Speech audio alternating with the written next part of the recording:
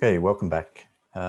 Now, after talking about the single pulse search, I want to talk to you about techniques which use an entire observation to try and find pulsars. And here we're using the repetitive nature, the periodic nature of the pulses to be able to extract that information from something that we would call a time series. Okay, so instead of just detecting the individual pulses, which last for a few milliseconds, we're going to use an entire observation, which might be anything from a few minutes to a couple of hours long, to try and find these pulsars. And the first of the techniques that I'm going to introduce to you is searching using the fast Fourier transform. So the fast Fourier transform is an implementation of what is called a Fourier transform.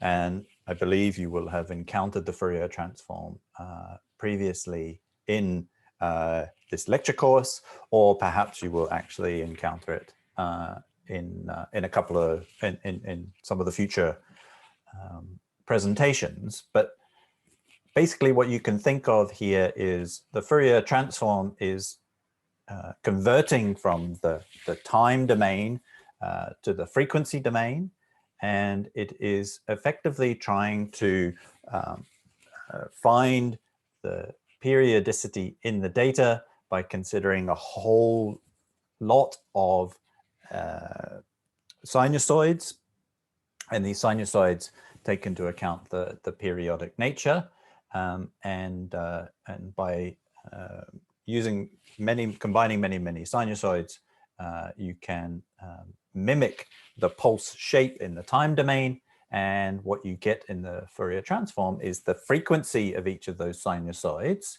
and you also get some information potentially about the phase of those sinusoids.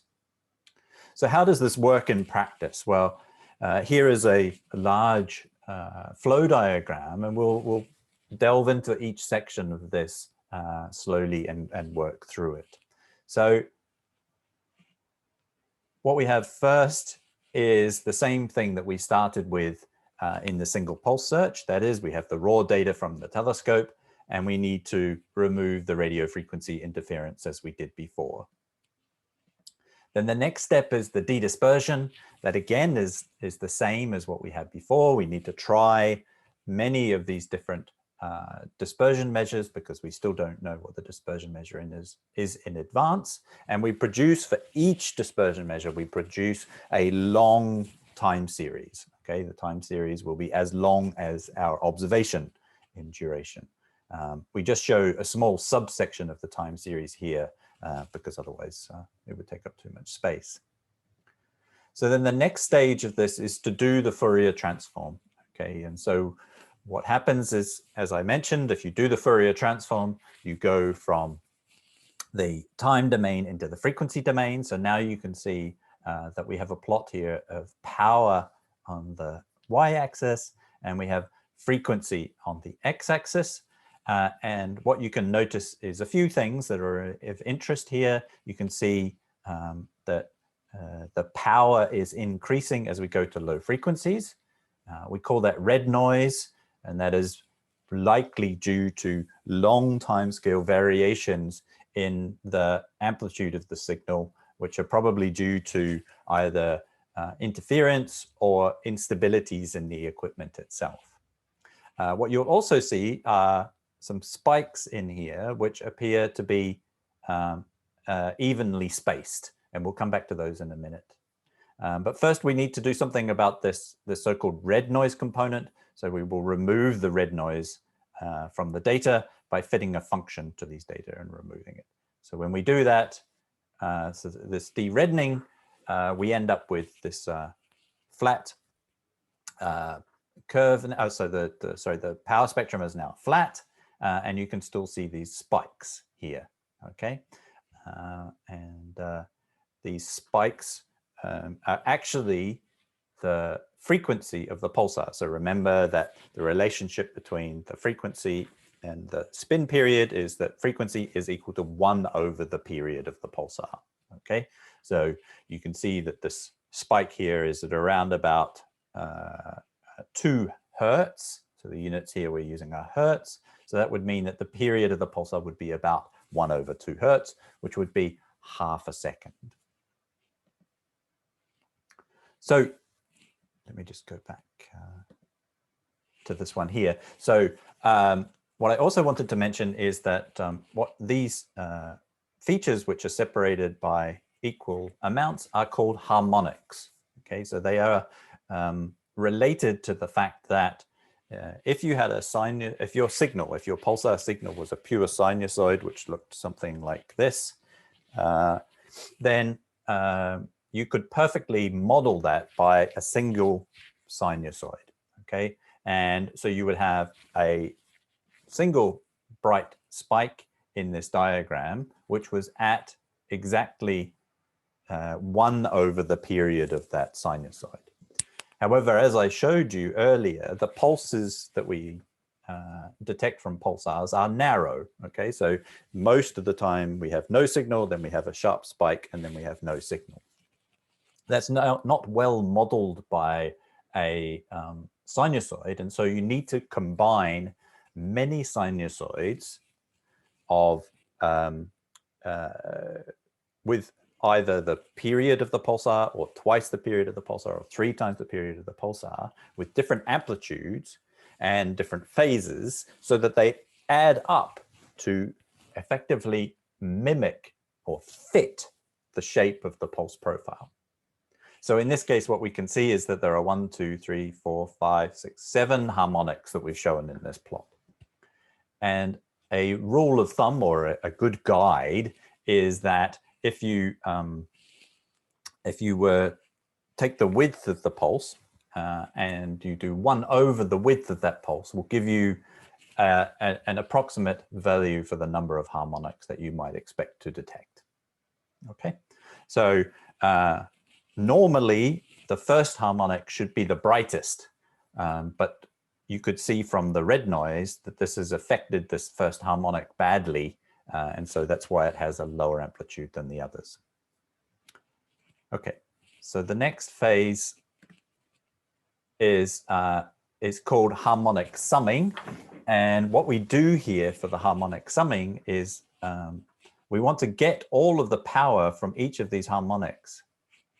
And so what we do is we add the harmonics together, and then we do a detection thresholding like we did before. Okay, so we put a line through here, we measure the noise in the data, and I'm just indicated here with the numbers, the different harmonics, but we calculate the noise in the data, and we compare the amplitude of these peaks relative to the noise. And we do that each time that we sum the harmonics together to improve our detection. So if we have a candidate now, so we have a candidate, that candidate will be at a specific dispersion measure, and it will have a specific frequency. And then what we're going to do is we're going to take the data and we're going to fold it. So what we do is we take the frequency that we got from the Fourier analysis, we calculate the period based on that, and then we de-disperse the data given our best dispersion measure, and then we fold it using the best period that we determine. So what do I mean by fold? We take the time series, so if it's 100 seconds long, say our time series, and the pulse period is 1 second, then I take each 1 second piece of data and I add it to the previous 1 second of data. Okay, so I end up with one piece of data that's now 1 second long, but I've added 100 pulses together. And what that should do is it should increase the signal dramatically, because I should see the signal to noise. Sorry, let me just take one step back. So if you add these together, if the noise will go up as the square root of the number of pulses that I add together, and the signal will go up proportional to the number of pulses I add together. And so the signal to noise will go up as the square root of the number of pulses they add together, right? Because signal divided by noise, so we've got n divided by square root n, which leaves us with square root n. So what you can see in this plot is a few things, and I'll explain them to you slowly. So the first thing you see is in the top plot is the total sum of the entire data folded at the best period. And we showed 2 pulses here. Okay, so it's not that there are 2 peaks in this case, although some pulsars do have more than 1 peak. But this case, we just showed 2 pulses. Below that, we show a plot of pulse phase. Sorry.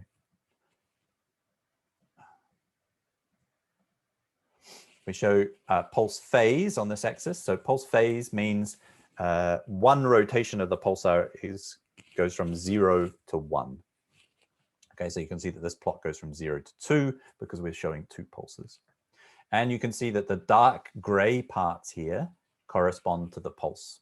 So what we've done is we've broken the data into small pieces and stacked them on top of each other. Very similar to that pulse stack that I was describing earlier. But now here the averages are of a few pulses up to tens of pulses in each of these lines. So what you can see is that the pulsar is constant approximately over all this time. And you can also see some other data in here that corresponds to radio frequency interference, which has not yet been removed from the data. In this middle plot here, what you can see now is still pulse phase, and 2 pulses are shown as before. And now we show it as a function of frequency. Okay, and so we've broken the data into multiple frequency bands. And what we're showing is that when we get the correct dispersion measure, the pulsar is straight. Okay, the signal is straight. So then we know that this is a pulsar. I apologize, I keep doing that. I keep accidentally clicking. So what you can see in this bottom plot here is the dispersion measure against reduced chi-squared. And this is, you can just think of reduced chi-squared as like signal to noise. And what you can see is it sharply peaks at the best value for the dispersion measure. And that's the dispersion measure that we've used for all of the other analysis. In the far right-hand plot, which is the last one I'll describe for you here, what we're showing here is the best period and then the best change of period. So it may be that we don't get exactly the right period from our Fourier analysis. So we search around that best period to try and see whether we can further improve the value. And it may be that the period is slightly changing as a function of time, especially if the system is in a binary. And so that's why we also search in the period derivative space, right? So that's the rate of change of the period. So this is the typical plot that a pulsar astronomer would look at to try and work out whether they think a pulsar is real or not.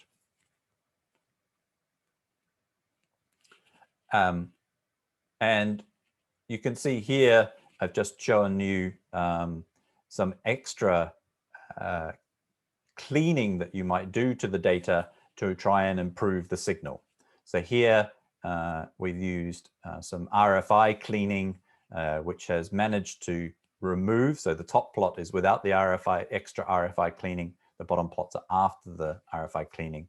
And the grayscales are the same. So you can see that the signal has improved. It's more easy to detect the signal. So sometimes we might need to do some extra. And then right at the end, I talk about here machine learning classification.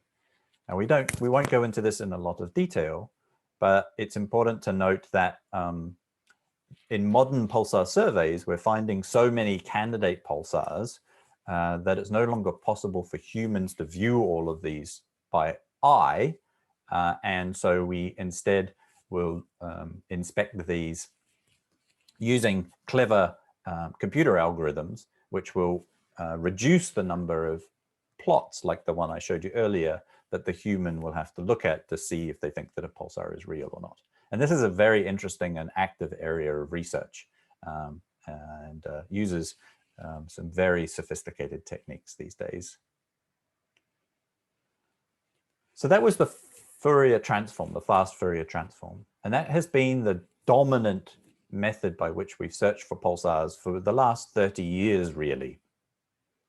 But recently, there's been a realization that we can use the fast folding algorithm to find pulsars. And it was an algorithm that was actually first proposed right near the start of the discovery of radio pulsars. But because it's more computationally expensive than the Fourier transform, it has been overlooked until recently. But some work by one of my colleagues, Vincent Morello, has shown the value of the fast folding algorithm. And so it's starting to be used again more and more. So what is the fast folding algorithm? Well, I've skipped the start part because we know all about that, the de-dispersion part of it, again, the RFI cleaning. So here we do the de-dispersion as before. And then we take each of the de-dispersed time series, and you can see that sometimes it has this structure in it. So remember previously when I was talking about the fast Fourier transform search technique, I mentioned about red noise. Well, so features like this, these variations in the baseline that you can see, and the pulses are shown on top here. This is a bright pulsar just to demonstrate the effect. You can see these variations would lead to the red noise that we were talking about. And that's detrimental. And so what we do in the fast folding algorithm is we run a median filter across the data. So what that does is it calculates a median and removes the median from the data to give you, you can see now the data is centered at 0 here rather than some value.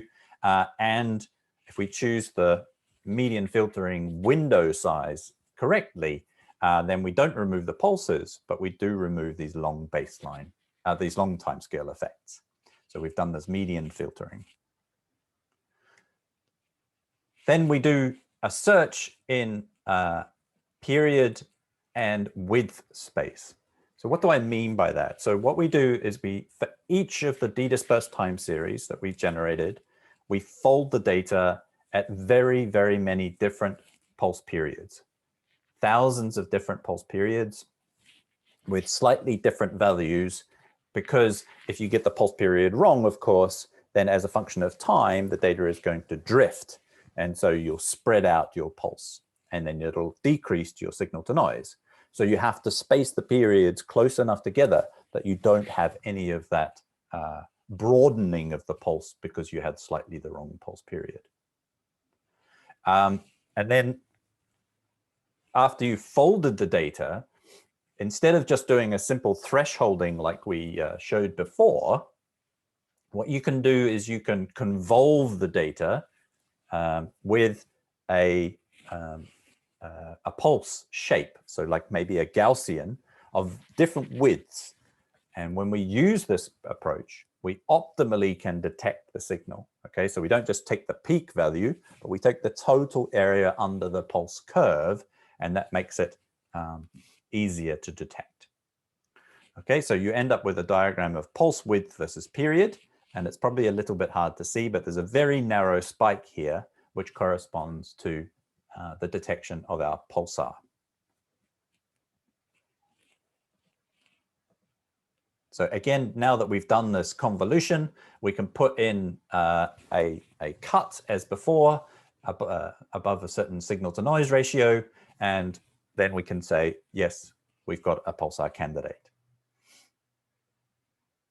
And then as before, we go away, we take the data that we folded, we clean it using the RFI cleaning, and then we also would then go on to a machine learning approach.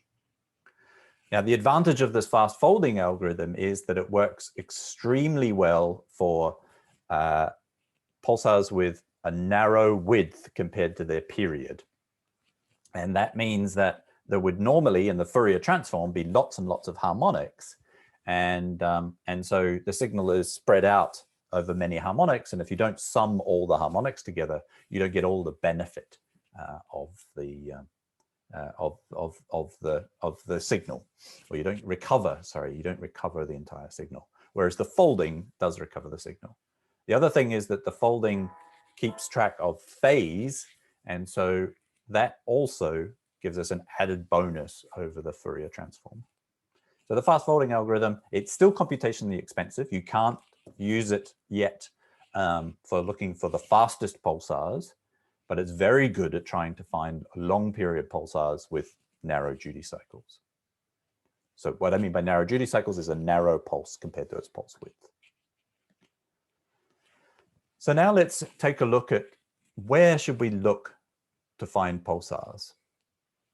So you can see on the left-hand side an ATOF projection similar to what I showed you earlier for the distribution of the electrons. And this is in galactic coordinates again. So along the center line here is the plane of our galaxy. The center of our galaxy is located around about here. And what you can see is that the vast majority of pulsars are located in the galactic plane. However, the binary pulsars, so ones that we might be interested in for tests of general relativity, for example, are more evenly distributed. And these are actually because these are the older systems, typically the so-called recycled ones that I talked about before. And you can see that these ones with the circle around the dot, those are all the ones in binary systems. And so you can see that depending on what you're interested in, you might want to do maybe an all sky survey, or you might want to do a survey just in the galactic plane, or you might want to do something else. On the right-hand side, I'm just showing you a top-down view. So if you were able to look down on our galaxy and see where all the pulsars are located, so they're all located where these dots are. So these are all the locations of the pulsars. Then you can see that presently we've mainly found the pulsars near the sun. So the sun is indicated here by the black dot. And so the vast majority of the pulsars we know about are located near the sun. And so, you know, there's regions of the sky which are as yet less populated. And that's generally because there's more electrons along those lines of sight. And so there's more dispersion and scattering, making the pulsars harder to find in those directions. So should we look all sky? Should we do an all sky survey? What are the advantages of an all sky survey? Well, it gives you an unbiased view of the population. We're not making any choices about where we might expect to find things, what we might expect to find. The disadvantage of that is that it takes a very, very long time, right, to do that, because your telescope sees just a small piece of sky every time. And so you've got to take a long time to scan across the sky. And in many locations, there will actually be nothing, right? So you will not see anything at all. The alternative to doing a all sky survey is to do a targeted survey, where you, for some reason, like I said, you might concentrate in the plane of the galaxy, or you might only look at, say, globular clusters. So we know that pulsars are present in globular clusters. The disadvantage is that you're going to get a biased view of the population, but the advantage is you can optimally use your observing time, and you can increase your sensitivity because maybe you can spend more time looking at that source. So those are the options that you have.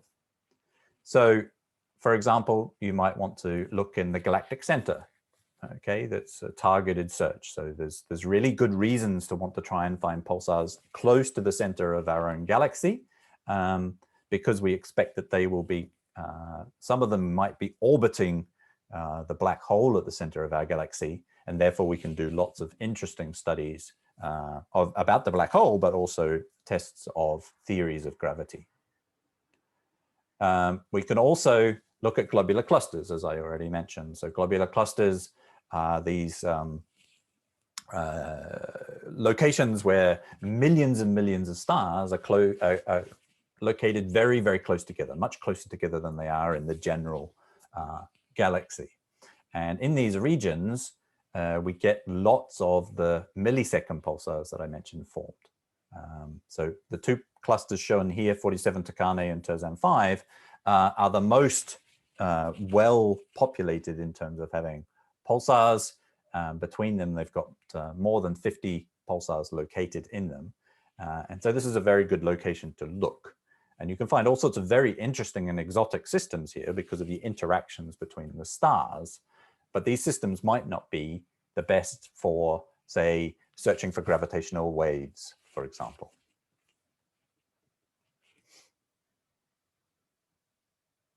We can also try and look at indicators from other wavelengths. So here we're seeing the sky in high energy gamma rays, and this is from the Hess telescope. And these bright regions here are all thought to be locations where you might expect to see a pulsar. Okay, so the pulsars interact with the material around them, and this, the high energy particles are scattered, and these generate tera electron volt gamma rays. And so we could look at these targets to try and find, in this case, we'd most likely find young pulsars, young energetic pulsars. And so if that's what you're interested in, this may be where you'd best look. And then one of the most successful places or indicators of where to look of the last 2 decades has been the Fermi gamma ray satellite. So the Fermi gamma ray satellite has detected gamma rays from thousands and thousands of sources. And by looking at the properties of the gamma rays, people have been able to identify places where we expect to find radio pulsars. And so far, at least, or approaching 200 pulsars have been found in this way, and the vast majority of them are millisecond pulsars and very interesting systems. And so Fermi has provided us with a really, what we've called here, a treasure map in terms of where to go look for interesting pulsars. So there's this trade-off between doing targeted searches and all sky searches to find your new pulsars.